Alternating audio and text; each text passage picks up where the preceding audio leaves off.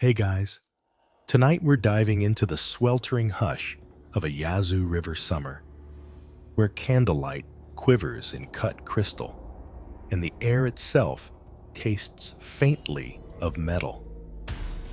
The table at Harrowick gleams with ceremony duck lacquered in wine, sugared pears, a cake iced like new plaster, and 12 smiling mouths lean closer to their ruin as the grandfather clock smooths its hands toward 7.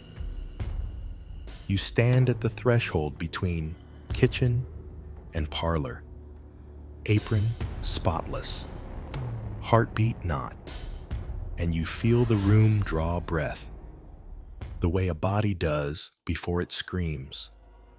Before you dive deeper into this chilling truth, consider hitting like and subscribing, but only if you truly enjoy what I do here.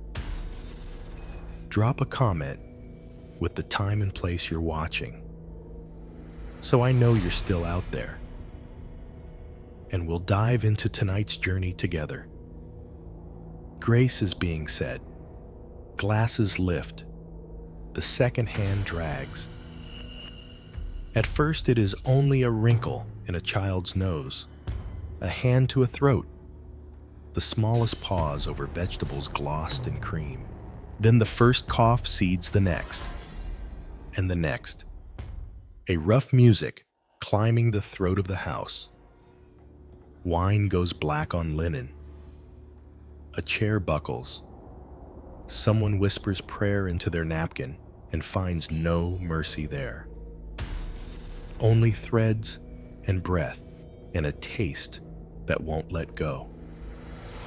Night slides in through the shutters with magnolia and damp, carrying heat like a fever that won't break.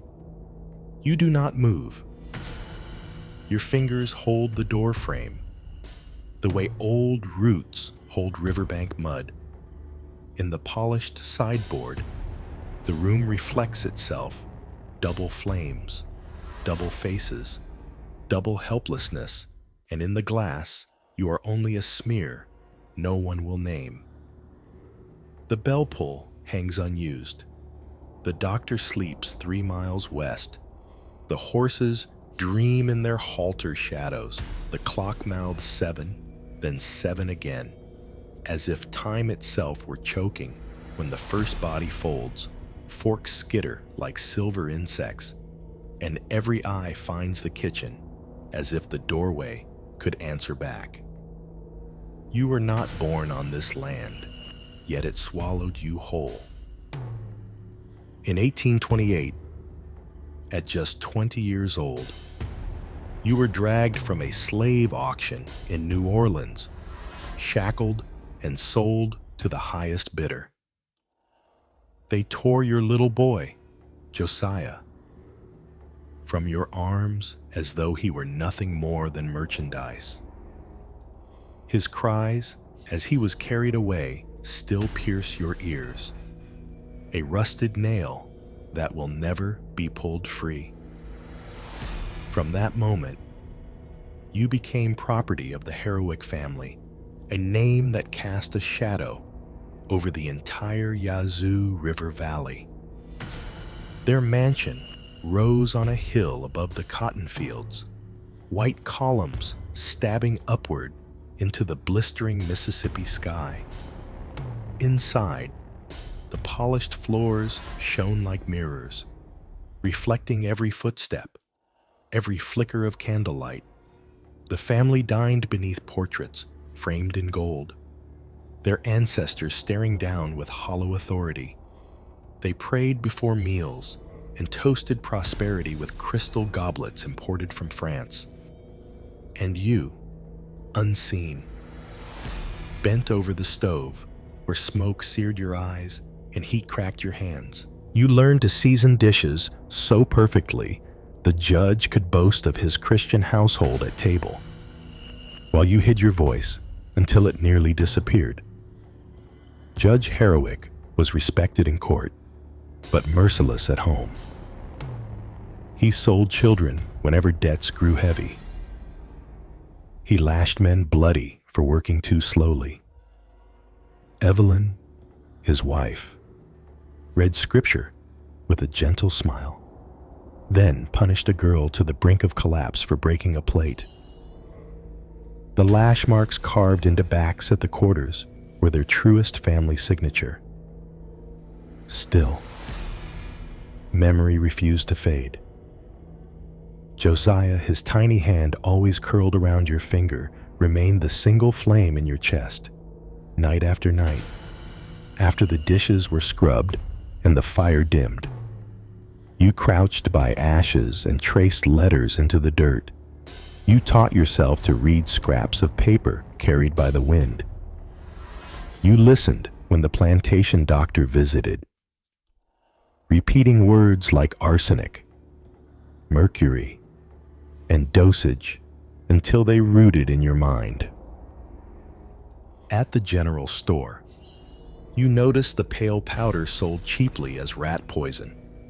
Others dismissed it as ordinary. You recognized its power.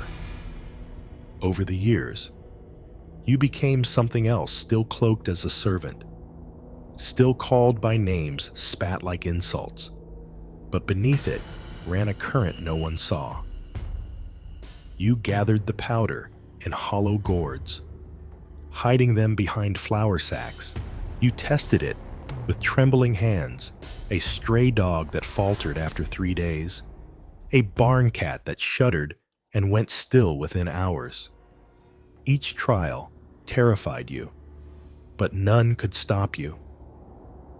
Carrying platters into the dining room, you often caught glimpses of Harrowick children, faces innocent and unlined.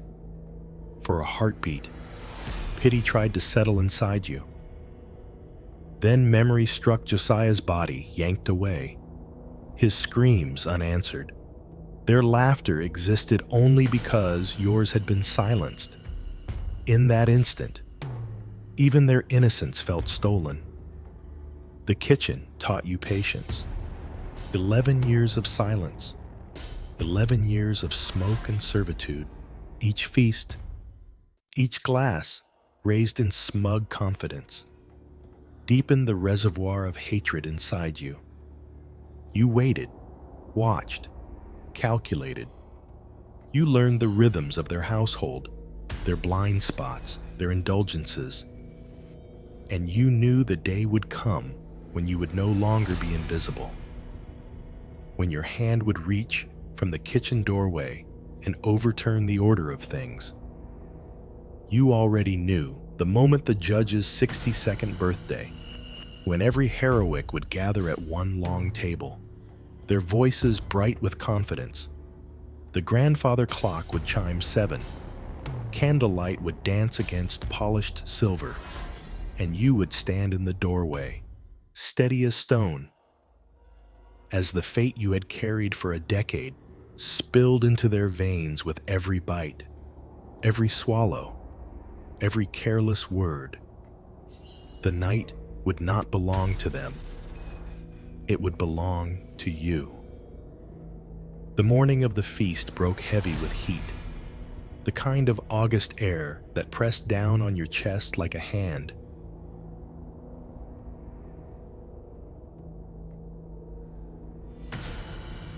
The sky above the Yazoo River glowed the color of tarnished brass, and the cicadas screamed from the trees as though they already sensed what was coming. You woke before dawn, your hands moving through the kitchen as if they belonged to someone else. Flour sifted, onions chopped, duck dressed, and trussed. Every movement had been rehearsed, imagined, dreamed. But this time, there was more than food in your preparations. This time, death traveled with every ladle, every sprinkle, every careful stir. The poison had been waiting for weeks, measured out into tiny paper folds you kept hidden in a hollow gourd behind the flour sacks. You unwrapped them one by one, shaking the powder into sauces and glazes, into the cream for vegetables, into the wine reduction meant to shimmer like ruby glass over the duck. You moved slowly, deliberately, your eyes on the kitchen door, ears tuned for the slightest creak of floorboards. But no one watched you. No one ever truly watched you. That invisibility, sharpened through 11 years of servitude, became your shield and your weapon. You tasted each dish to disguise suspicion. The bitterness of arsenic masked beneath sugar, salt, and wine. You let the flavors roll over your tongue, your face blank, your heartbeat steady. Even as your stomach twisted, you carried the platters into the dining room one by one. The doors swinging open to reveal a tableau of family gathered in silk and satin, their laughter echoing against the high plastered ceiling. The judge sat at the head of the table, his jaw sharp, his eyes cold. He lifted his glass in welcome, his voice booming. To 62 years of prosperity, he declared, while his children and grandchildren clapped politely. His wife Evelyn nodded, pearls glinting at her throat. Servants poured wine. Polished silver caught the candlelight, and the air thickened with the smells of roasted meat and sugared fruit. You stood at the doorway, hands folded neatly over your apron. The words of grace drifted across the table, voices humming in practiced cadence. You mouthed them silently, though your prayer was not theirs. Your prayer was for Josiah, for every child ripped from a mother's arms, for every back scarred until it bled. When the meal began, you stepped forward, placed a duck before the judge, ladling sauce with a hand steady as marble. You offered vegetables slicked with cream, rolls brushed with butter, a cake waiting in the kitchen frosted with sugar that glittered like snow. Each dish carried its invisible burden. Each bite drew them closer to a fate already sealed. At first, nothing. The family ate, their conversations circling cotton prices, social engagements, marriages planned for the autumn.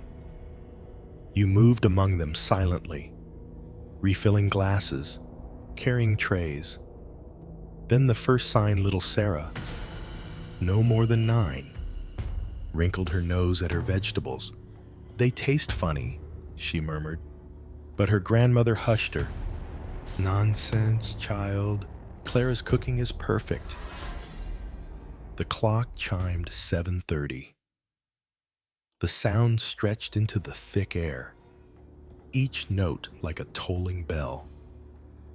Judge Harrowick raised his glass again, his voice already slurring slightly, though he believed it was the wine. "To family," he declared. His hand trembled just enough that the crystal rattled. Then it began, a cough from the far end of the table, a grimace as someone pressed a hand to their stomach. Another cough, sharper this time, followed by the sound of a glass shattering against the floor. Evelyn turned pale, her hand clutching the edge of the table. The judge blinked rapidly, his face flushed an unnatural purple. The symptoms came like a wave rolling down the table, vomiting, choking, bodies jerking as if yanked by invisible strings. Chairs toppled, dishes clattered, screams tore through the air. Young Sarah collapsed against her plate, her spoon slipping from her hand.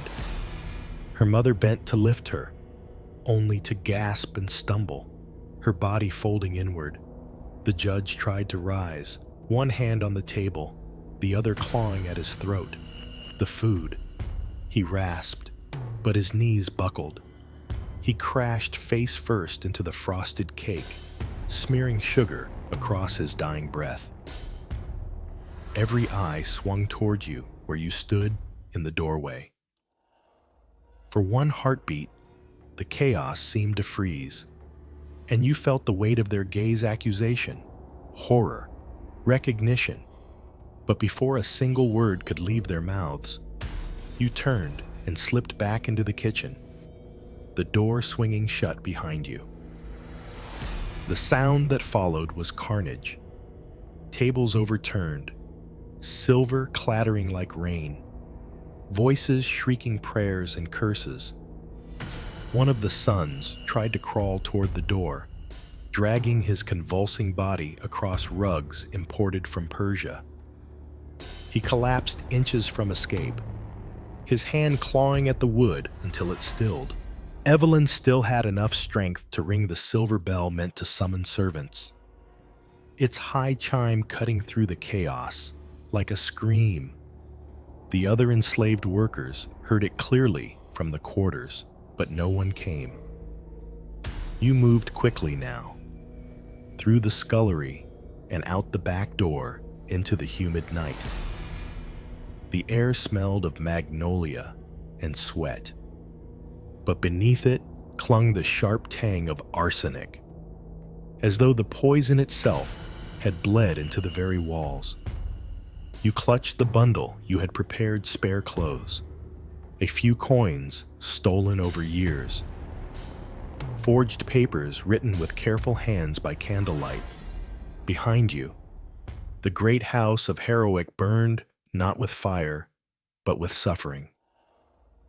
12 voices cried out and faltered, one by one, snuffed into silence. You did not look back. The path to the river lay ahead, narrow and swampy, traced by moonlight. For 11 years you had studied it while gathering herbs, memorizing each bend and tree root. Now it was the only road left. And yet, even as you walked, their faces clung to you: the children, the women, the judge choking on his own words.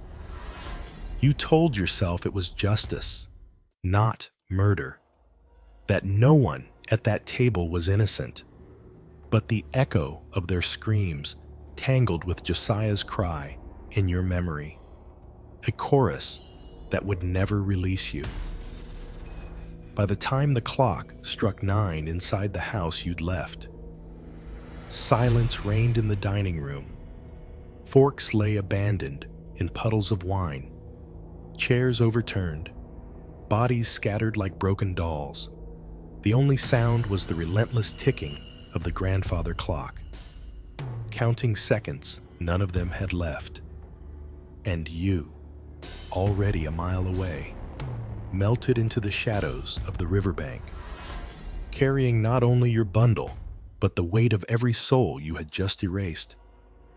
You thought it would end that night, that the screams would vanish into the walls of Harrowick and never chase you past the riverbank. But crimes do not stay contained. They bleed, they echo, they reach. And yours was never meant to be just one night. Long before August 1839, you had already been sharpening your blade in silence. The Harrowicks were only the culmination, not the beginning. Years earlier, when you were sold briefly to the Boudreaux estate in Louisiana, you had tested your first plan, their patriarch, a drunkard with a taste for whiskey, died after a night of violent stomach pains. The coroner called it liver failure. You called it justice. You slipped away, resold to another family. Your face forgotten, but your method perfected. At the Lancet household in 1836, the lady of the house succumbed to what the doctor claimed was summer fever. No one asked how her porridge tasted bitter that morning. You did. You counted the hours until her skin flushed red, Her body convulsed, her eyes rolled back. You knew exactly when to stop stirring the pot, when to stand motionless in the doorway and let death perform its slow and methodical work. Each strike was not random. You were following names, ledgers, the faint paper trail of the men who had bartered your son like a coin tossed on a table. You could not find Josiah, but you could dismantle the families who had profited from his loss. The Harrowicks simply gathered too many together at once, too many links in one chain. You broke them all with a single meal. The days that followed were filled with whispers. The enslaved in the quarters, silent witnesses, held their tongues but carried your legend in their eyes. Some said they smiled into their pillows that night. Others trembled at the sound of retching echoing across the house, unsure if vengeance brought freedom or only more chains. But no one moved to warn. No one ran for the doctor. They knew, perhaps before you admitted it to yourself, that your act was larger than a single grudge. By dawn, the plantation resembled a battlefield where no sword had been drawn. 12 bodies cooled around a dining table. A birthday cake sagged under melted wax. Sugar dusted with vomit and blood. The roosters crowed indifferently. The cotton shimmered in the sun, and yet something permanent had shifted in Yazoo County. The natural order had collapsed in a single night, toppled not by an army, but by a cook with steady hands. But vengeance, once loosed, refuses to rest. You carried more than a bundle of clothes as you fled into the swamp that morning. You carried the memory of each face, each scream, each life extinguished. And with it came a hunger. You found yourself replaying the Boudreaux patriarch's last gasps, the Lancet matron's fevered eyes, the Harrowicks clawing at their throats.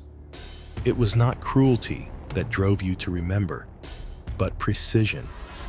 You had measured doses, timed effects, and compared outcomes. You had become both avenger and chemist. Your ledger kept in flesh. News traveled fast. Rumors swept through plantations like brushfire. A woman had poisoned an entire family. Some called it witchcraft. Others whispered it was God's punishment. Planters locked their kitchens, demanded slaves taste every dish before serving. Fear rooted itself in every supper table, thicker than the smell of roasted meat. But you were already gone, stepping deeper into the swamps, guided by the moon. Nights became your allies, days your enemies. At water's edge, you washed the flour from your fingernails, though the smell of metal clung no matter how hard you scrubbed. You told yourself you were walking toward freedom, yet your mind plotted names still left unchecked, families whose ledgers bore Josiah's fate. Everywhere you had been sold, death followed. Some overseers died suddenly of ague, others of tainted stew. None of them traced it back to you. No one suspected the quiet figure at the stove who lowered her eyes and stirred the pot. They thought servants invisible. You used that blindness as your weapon. And in the quarters, the enslaved began to murmur. They said you had turned food into fire, that you had shown what power tasted like. Old men prayed thanks into the night air. Women rocked their children tighter, whispering your name like a charm. You were no longer just Eliza. You were the one who seasoned justice. Yet not all who spoke of you did so with reverence. Among the enslaved, some feared what you had unleashed. Retaliation would come, and it would not stop at your absence. Innocents would be whipped, sold, or worse because of what you had done. Already, they said, the Harrowick estate had sent word to neighboring plantations. Riders galloped at dawn, carrying tales of arsenic and betrayal. Still, you pressed forward. By the second night, your bundle felt heavier. Though you had discarded nothing, the weight was in your mind, the recognition that you had crossed a threshold you could never return from. You were not merely a runaway. You were a shadow that carried terror from one plantation to the next. When you reached the edge of the swamp and found the river road, you paused. The Mississippi lay ahead, wide and relentless. Across it stretched lands where whispers of freedom traveled along the Underground Railroad, a path you had only dared to imagine.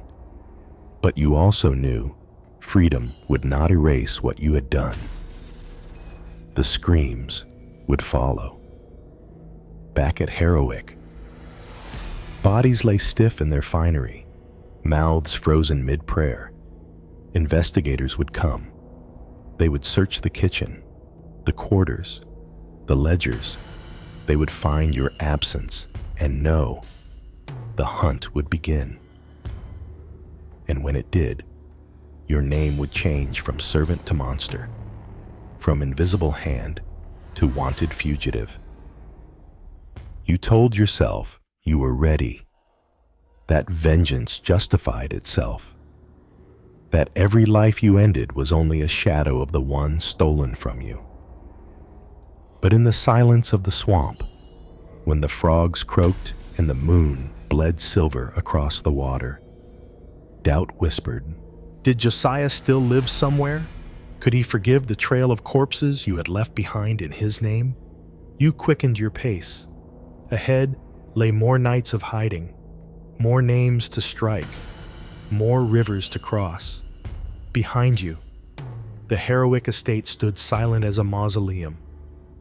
But you knew silence is never permanent. It breaks, always, into echoes. And soon, those echoes would rise into the sound of hooves, dogs, and men calling your name through the dark. The silence at Harrowick did not last. By sunrise, a rider had already thundered into Yazoo City, coat flapping, eyes wild with the weight of his story. By noon, the county sheriff rode out with 2 deputies and a doctor, their boots muddy from the rush, their faces set in disbelief. When they entered the great house, the smell of sickness clung to the air like a veil. The dining room looked less like a place of feasting and more like a battlefield where no weapon had been drawn. Only knives laid neatly on plates, crystal cups tipped over in puddles of dark red. You were not there to see it, but you can picture it as clearly as if you had been. The sheriff stepping past bodies and finery, his handkerchief pressed to his mouth. The doctor kneeling to examine the judge's purpled face, lifting an eyelid clouded with death, sniffing the remnants of vomit on the floor. Arsenic, he muttered, without doubt. The word carried like thunder through the chamber. Arsenic meant intent. It meant murder. And all eyes, eventually, would turn toward you. The first interrogation began in the quarters. 6 of your fellow servants were lined up in the yard, the sheriff pacing before them like a judge in open court. He demanded names, explanations, a culprit. Who prepared the meal, he barked. The answers came rehearsed, their voices tight but steady. "We all did, sir."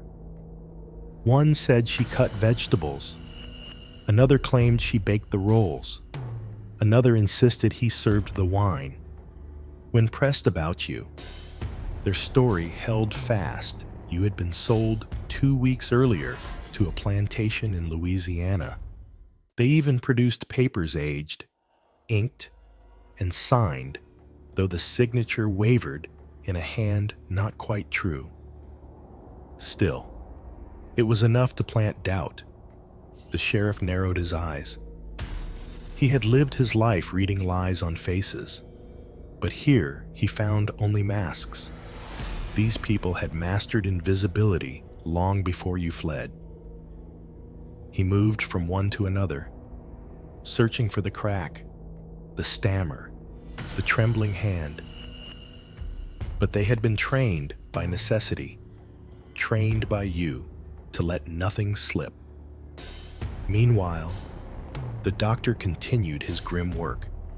He opened the judge's stomach, cut samples from his organs, noted the cherry-red flush of skin, the stiffening hands.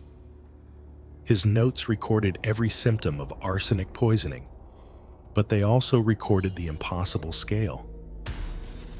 This quantity, he told the sheriff, would have required weeks of careful collection. This was no accident. This was designed. Back in town, word spread like fever. Families locked their kitchens at night, suspicious of every servant who touched their food. Housewives forced their cooks to taste every dish before serving. A few dismissed staff entirely, preferring hunger to fear. Even at the courthouse, men whispered over brandy.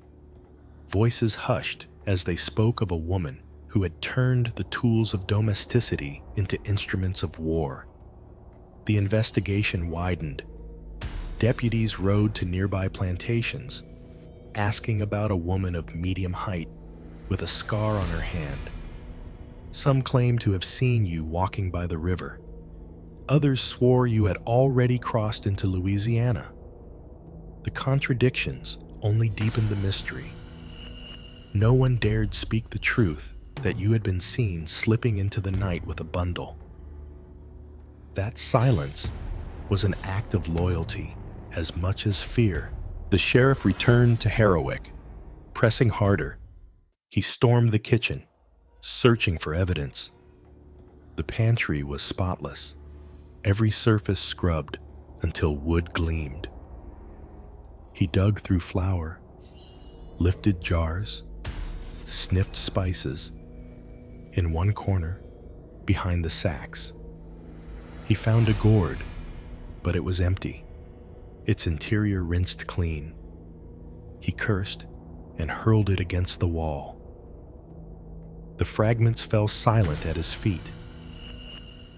Suspicion tightened like a noose, but the story your companions told held steady. They swore by the bill of sale, by the letters you had supposedly sent from Louisiana. They cried convincingly, rubbed onions into their eyes to redden them, folded grief into their bodies with such skill, the sheriff almost believed. Almost. And while Yazoo County seethed, you kept moving north. Nights in the swamp bled into nights on hidden roads. You traveled by moonlight, slept beneath cypress trees, listened for dogs and men. You carried forged papers that named you Sarah Coleman, a free woman. You spoke little, lowered your gaze, and passed as someone ordinary. But inside, you knew the hunt was drawing closer. Back at Harrowick, the coroner filed his report. Cause of death, deliberate poisoning. 12 names written in ink. 12 deaths laid at your feet. Yet without a body, without confession, the case sagged under its own weight. Still, the sheriff persisted. He sent telegrams to New Orleans, to Baton Rouge, to plantations across Mississippi. Negro cook. The notice read, approx. 30 years. Scar on left hand. Suspected poisoner. Reward for capture. The community bristled. Some whispered admiration, an enslaved woman who had toppled a dynasty. Others spoke of you as a monster, a demon in human form. Mothers clutched their children tighter. Fathers kept pistols loaded by their bedside. In every home, the act you committed at Harrowick changed the way they sat down to supper. You had become more than a fugitive. You had become a question whispered across the South. What if the cook in your kitchen harbored the same thought? What if the food on your plate was no longer safe? Fear was your echo, louder than your footsteps, traveling farther than you ever could. But investigations do not end in fear. They harden into pursuit. By the second week, bounty hunters rode out with dogs trained to follow scent. Deputies carried scraps of clothing from your cabin, though the smell was muddled with ash and pepper, scattered carefully by your companions. Still, the hunt gained momentum. And in their journals, men like the doctor wrote not only of your crime, but of your precision. This woman, he noted, has an understanding of dosage, of anatomy, of time. Such knowledge cannot be accidental.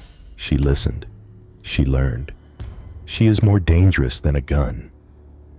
Your name became legend. Your act both condemned and celebrated. But the question grew sharper with each passing day. Would they capture you before you reached the river that divided bondage from breath? Or would you vanish, leaving behind only silence and an empty chair at every southern table? You thought distance might soften the hunt, but every mile north only sharpened it. Notices appeared on courthouse walls and in town squares, describing you in crude detail: Negro woman, about 30, scar on left hand, suspected poisoner. Your face was sketched with rough lines. Your name carried from mouth to mouth like a curse. A reward glittered beneath the words, $2,000. More money than most men would see in a lifetime. By then, you were no longer just Eliza. You were a phantom who had dismantled families across 3 states. A cook who had turned kitchens into battlegrounds. At taverns and markets, planters whispered of you in tones meant to terrify. Some swore you had the devil's help, that you could turn bread to ash and wine to blood with a single touch. Others believed you were already dead, drowned in the Yazoo swamps. But you kept walking, carrying both the lie of your papers and the truth of your mission. The twist came not from the bounty hunters, but from the doctors. When investigators combed through your abandoned cabin, they discovered scraps of paper beneath a loose board in the floor. A journal written in your own hand, coded yet decipherable. Pages filled with lists and calculations. Recipes, but not for food. Measurements of arsenic, times of death, observations of symptoms, and a list of names. At the top, the Boudreaux patriarch, then the Lancet matron, then the Harrowicks, each marked with a date, each followed by a note resolved, sufficient, end complete. But there were more names still unmarked. Men and women tied by blood and marriage to the families that had broken yours. The journal revealed what no one had yet suspected: the Harrowick Feast was not your first act, and it was not intended to be your last. News of the journal spread quickly to the white families of Mississippi. It confirmed their worst fears. You had not struck in madness. You had struck with method, with planning, with purpose. You had become something more dangerous than an angry servant. You had become an architect of vengeance. Panic deepened. Kitchens were locked like arsenals. Servants were searched, questioned, beaten. A man could not sip his coffee without wondering if the hand that poured it had written his name in a secret ledger for you. The discovery meant the chase grew even tighter. Bounty hunters doubled. Patrols stretched across counties. Dogs bayed at midnight, their voices carrying through woods where you crouched, holding your breath. Yet the journal, though a risk, also told the truth. Your path was not random. You were following the map of betrayal that began the day Josiah was sold. It was Judge Harrowick's household that bound them all together. Families that had bartered children like you bartered flour. Names tied through contracts and debts. One by one, you had sought them out. And though Josiah's trail had grown cold, your fury kept it burning. Each death was both punishment and prayer, a hope that somewhere, somehow, your child might be spared the cruelty you avenged. But then came a revelation you had not expected. In Cincinnati, a conductor of the Underground Railroad whispered news from Ontario. 2 young women, once enslaved, now free, had opened a school for colored children. Their names were not Josiah, but their ages. Their faces described matched the daughters you had lost years before. Not the son you mourned, but the daughters ripped from you at the auction block. Patience, grace, alive, educated, safe. The words nearly undid you. For the first time since you stepped into the Harrowick kitchen, you faltered. Your hands trembled as you clutched the paper, your heart pounding in your ears. If they lived, if they truly thrived across the border, then every death you had orchestrated had led not only to vengeance, but to survival. For a moment, you imagined crossing into Canada, walking into a schoolhouse, seeing them smile without chains. The thought cut deeper than any blade, yet freedom dangled just out of reach. The bounty hunters were close, their dogs sniffing every road, their eyes scanning every face. You changed your name again, darkened your skin with ash to disguise the fading lie. You stooped your shoulders, bent your back, moved like a washerwoman carrying linens. Still, the risk gnawed at you. The closer you drew to the Ohio River, the louder the footsteps behind you.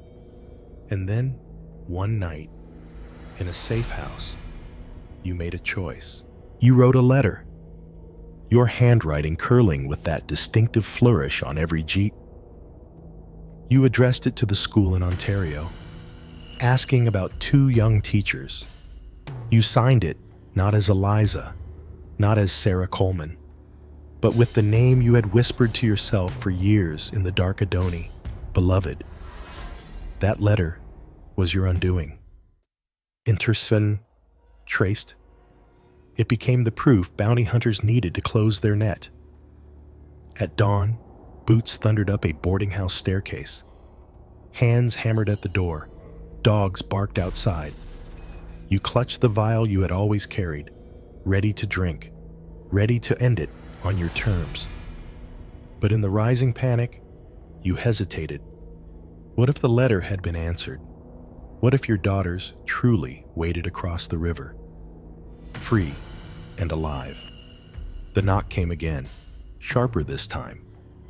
And in that instant, you realized the twist of your story was not that you had killed, but that you had lived long enough to learn there were still things worth dying for. Or perhaps worth surviving. You burst through the back door of the boarding house, lungs burning, the dawn just beginning to bleed, pale light across Cincinnati's cobblestones. Behind you, boots thundered, men shouting your false names: Eliza, Sarah, Adoni, like spells meant to drag you backward. You sprinted through an alley, vaulted a fence, startled chickens exploding into the air. Ahead, the Ohio River unrolled, swollen with September rain, its surface churning like a restless beast.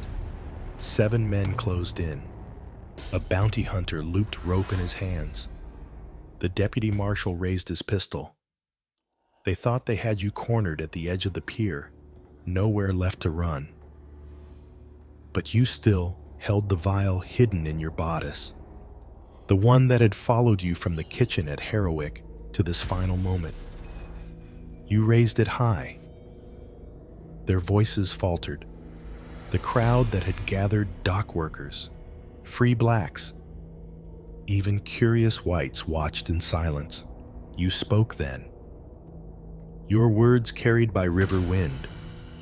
You call me poison, but I was only ever a mother. You told them of children sold like cattle, of prayers left unanswered, of nights spent in chains while others feasted. And now, you said, the law offers me only 2 choices: die by their hands or by my own. The river growled against the pilings. For a heartbeat, the world held its breath. You pressed the vial to your lips, but at the last moment, you let it fall. It shattered against the wood, the powder scattering like ash into the water. And then you leapt. Cold swallowed you whole. Darkness pressed from all sides. Above, men shouted. Ropes splashed. Dogs barked. But the river carried you, pulled you beneath, rolled you toward freedom or death. No body was ever found. Days later, fishermen pulled up empty nets, whispering that the current had claimed you forever. Yet stories began to spread. A woman seen boarding a train to Chicago. Another teaching letters by candlelight in a hidden school. Some said you drowned. Others swore you lived, years later. The Harrowick estate stood in ruins, ivy clawing through broken windows, the dining table still scarred by stains that would never wash away. Locals said that on humid nights in August, if you walked too close, you could still hear the sound of forks scraping plates and the faint choke of a man raising a poisoned toast. And you, whether alive or only a legend, became more than flesh. You became the question whispered whenever supper was served. What if the cook is not feeding you, but watching you die? So tell me, if you had stood in that doorway, hearing the family convulse, seeing their mouths foam and their hands claw for air, would you have run to help them? Or would you have stayed, silent, and let justice season the feast? Before you go, hit subscribe, because stories like this are far from over. Drop a comment with the time and place you're watching so we know you're still out there. listening in the dark,